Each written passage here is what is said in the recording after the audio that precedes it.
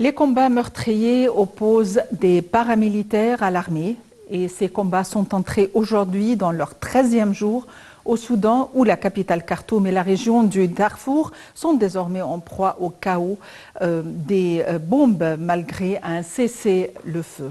Pour nous donner plus d'éclaircissements, nous avons le plaisir d'avoir en ligne son Excellence, Madame l'ambassadrice Wafa Bassim, l'ex-adjointe du ministre des Affaires étrangères et membre du comité ou de la Commission des droits de l'homme au sein des Nations Unies.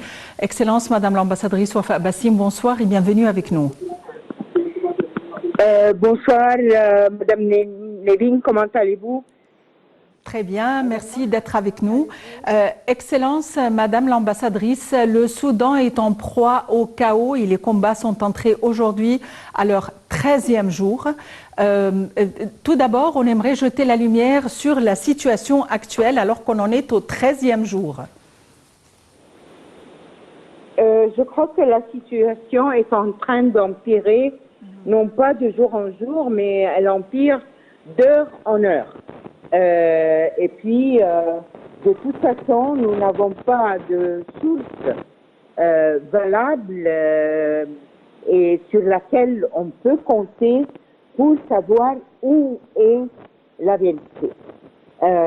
Vous entendez des déclarations contraires, des déclarations contradictoires, que ce soit du côté de l'armée soudanaise, que ce soit aussi des factions rebelles, que ce soit d'autre part d'autres personnes ou d'autres sources qui se donnent le titre d'observateur, mais en fait, personne n'est tout à fait sûr de ce qui se passe là-bas. Ce que nous savons, que malgré la halte, l'arrêt qui a été conduit par les États-Unis pour 3 jours pour donner la chance aux agences internationales ou bien aux missions diplomatiques si elles le veulent, ou pour ceux qui veulent quitter le Khartoum, pour qu'ils puissent sortir. Mais tout cela, ça a été ébréché. Il n'y a pas eu un respect total de cet arrêt des combats. Les combats continuent, les attaques continuent contre les différentes institutions, même contre les missions diplomatiques et les missions des organisations internationales.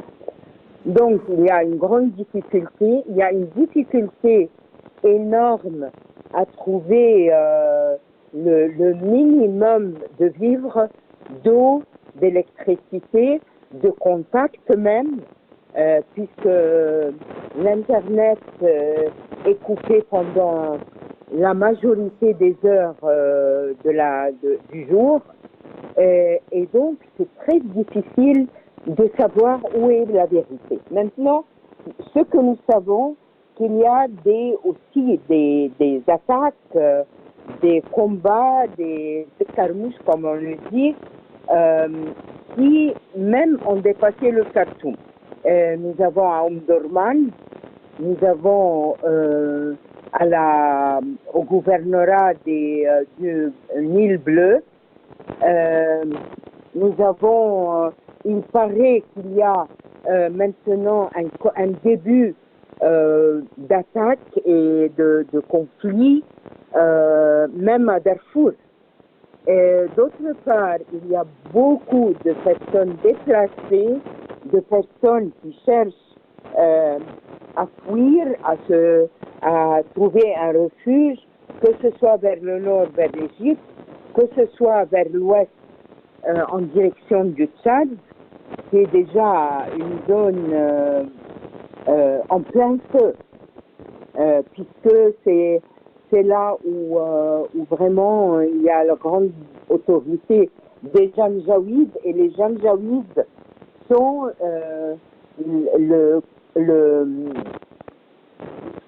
l'élément le plus grand dans la formation des rebelles. D'autre part, il y en a qui vont vers Port Soudan, mais sur l'est.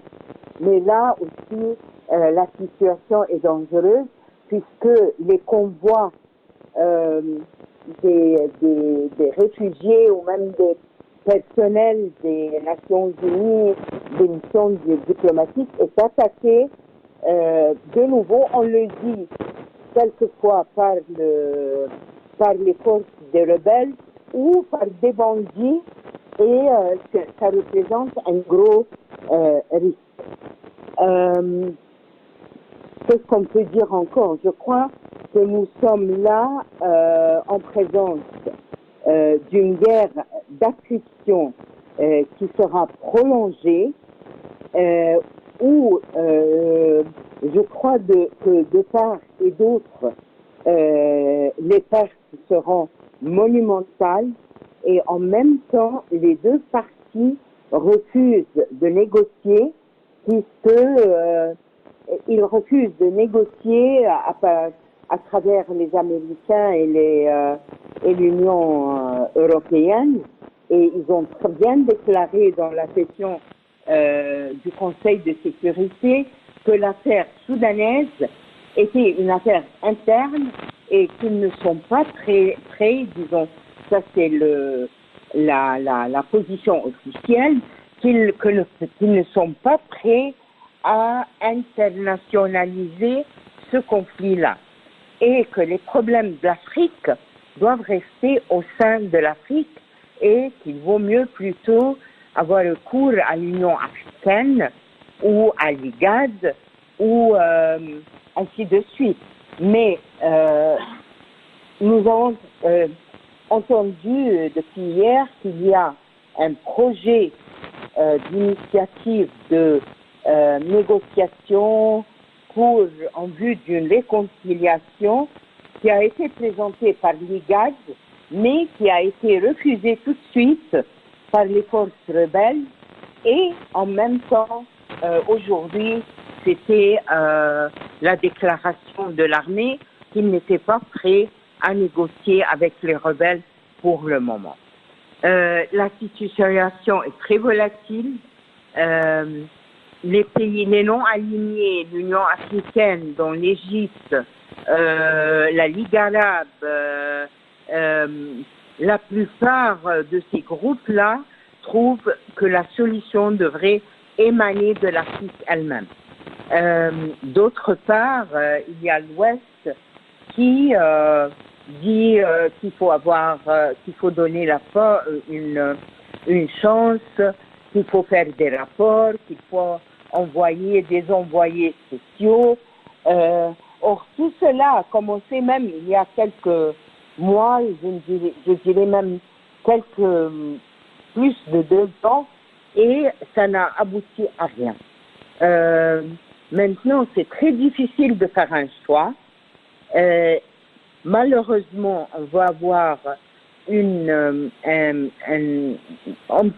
empirement de la situation, surtout sur le plan humain et humanitaire, puisque c'est très difficile jusqu'à maintenant d'assurer des corridors humanitaires qui permettent pour les vivres, l'eau, le pétrole, les médicaments, de rentrer dans les zones de guerre.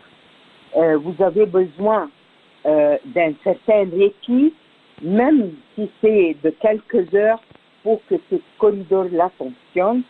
La représentante du programme international de la nutrition, du World Food Program, a bien déclaré hier qu'il y a une grande différence entre faire son devoir humanitaire comme organisation et se jeter dans des actes suicidaires. Là, ça ne veut pas dire qu'ils veulent abandonner le Soudan, mais ils veulent dire qu'il faut avoir le minimum de garantie de sécurité pour qu'ils puissent opérer. Madame l'ambassadrice, le Soudan, c'est un pays du voisinage de l'Égypte. Dans quelle mesure ceci est susceptible de se refléter sur l'Égypte? Oh, ça se reflète déjà, madame, puisque sur la frontière sud de l'Égypte, il y a des milliers, non d'Égyptiens seulement, mais de Soudanais et de plusieurs autres nationalités qui fuient le Soudan et qui n'ont que cette voie-là pour qu'ils puissent échapper à une mort certaine. Vous pouvez imaginer un flux de réfugiés en plus des 9 millions de réfugiés comme nous avons en Égypte ou qu'est-ce que je vais dire, d'étrangers, de non-égyptiens qui vivent ici, que ce soit ceux qui ont fui les situations sanglantes en Syrie, en Irak, il y a quelque temps, au Soudan lui-même, quand il a été divisé en deux, et Dieu sait que cette division n'a abouti qu'à un grand échec, puisque encore il y a d'autres conflits à l'intérieur du sud du Soudan, et que nous avons ceux qui ont fui de la Libye aussi.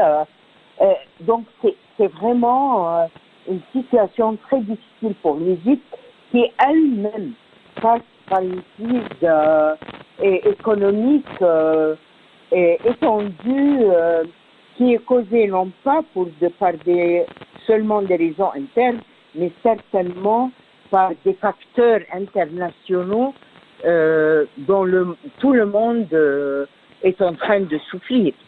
Vous aurez là, disons, une pression sur les vivres, une pression sur les accommodations, sur les services médicaux.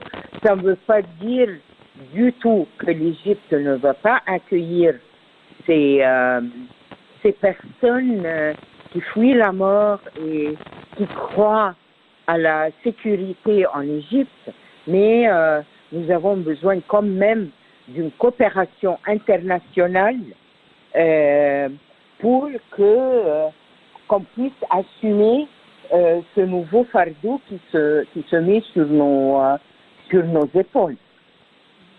Madame l'ambassadrice, entre les deux forces, que ce soit les paramilitaires et les forces de l'armée, est-ce qu'on peut parler de deux poids égaux, de deux forces égales, ou est-ce qu'une force est susceptible de prendre le dessus? De savoir, puisque nous n'avons pas assez d'informations en ce qui regarde l'armement des paramilitaires, qui est en train de les financer, qui est en train de leur donner des armes, à quel point ils ont eux-mêmes des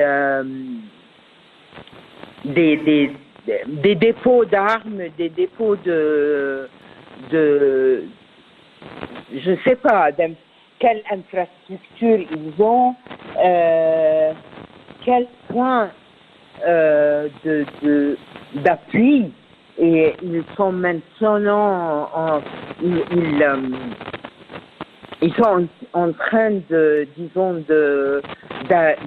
d'avoir et de contrôler. Ce que nous savons, que l'armée du Soudan quand même est une armée solide, c'est une armée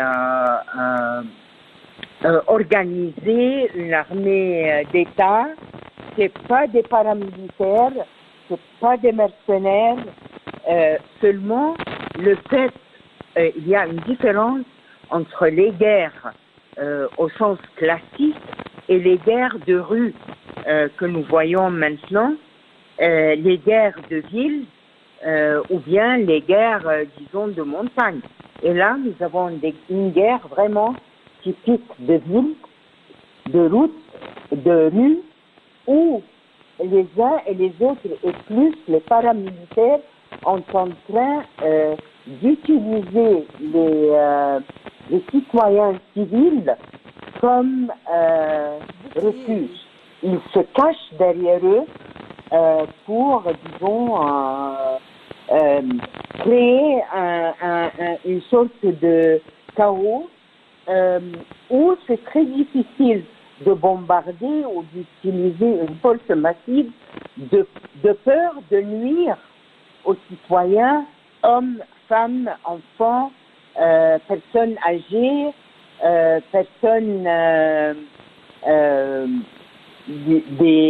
qui sont avec des besoins spéciaux, aux besoins spéciaux. C'est vraiment une situation extrêmement difficile et de là, c'est très compliqué de dire s'ils sont à force égale ou que c'est si l'une des forces est en train de prendre le dessus, surtout que les déclarations sont contradictoires tout le temps. Madame l'ambassadrice, à votre avis, vous qui connaissez bien le dossier africain, à votre avis, qu'est-ce qui a fait exploser la situation alors que normalement il y avait une trêve entre les deux parties?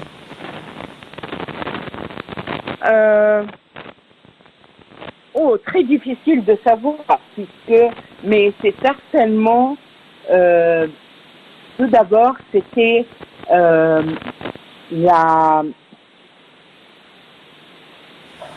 comment on dit ça? C'était la course pour qui accapare le pouvoir. Ça, c'est d'abord. La deuxième chose, les paramilitaires sont devenus, bien qu'ils étaient une faction qui assistait l'armée soudanaise, c'est très clair que leur ambition a dépassé cela, a dépassé le fait d'être partenaire ou un peu moins que partenaire avec l'armée soudanaise. Et ils ont pensé que pourquoi pas ne pas nous être exclusivement les maîtres de la situation. Ils se cachent derrière l'idée d'un processus démocratique, mais si nous suivons les déclarations de Hamiti, de M. Hamiti, nous trouvons qu'il essaie d'éluder le plus possible ce qui se passera le jour d'après, dans le cas où il serait victorieux. Excellence, Madame l'ambassadrice Wafa Bassim, vous êtes l'adjoint du ministre des Affaires, l'ex-adjoint du ministre des Affaires étrangères et membre au sein de la Commission des droits de l'homme, une commission onusienne. Je vous remercie infiniment pour votre intervention.